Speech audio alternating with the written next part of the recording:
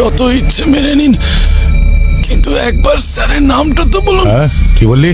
স্যারের নামটা প্লিজ। আরে কেন মাথাটা খাচ্ছিস বলতো? স্যারের নাম বলো, স্যারের নাম বলো, তোতা পাখির বাচ্চা। হ্যাঁ সরি, স্যারকে ফোন কর আর জিজ্ঞেস কর রাধুনিটাকে নিয়ে করবোটা কি। বোর হয়ে গেলাম এটাকে মেরে মেরে।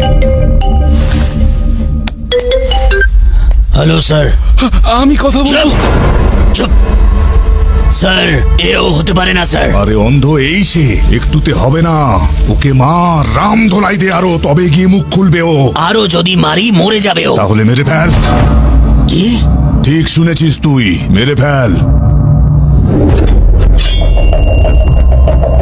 সরি ব্রাদার, তোকে উপরে পাঠানোর অর্ডার এসে গেছে।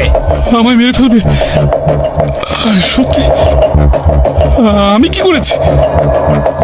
আমায় কেন মারবে?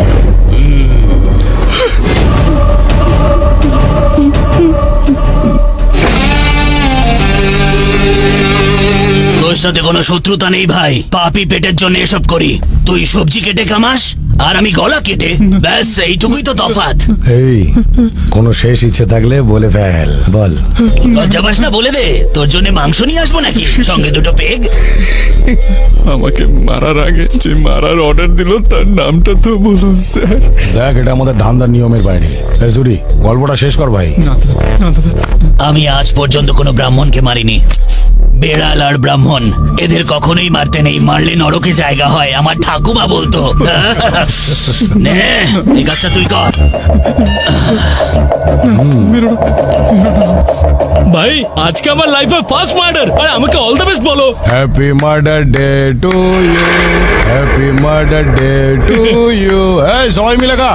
Happy murder day to you, happy murder day to you, happy. চল বাবা এবার কেকটা খা। ও দাদা এক মিনিট। আপনি বলেছিলেন আমার শেষ ইচ্ছে পূরণ করবেন। আমার একটা ছোট্ট ইচ্ছা আছে স্যার। হ্যাঁ বল।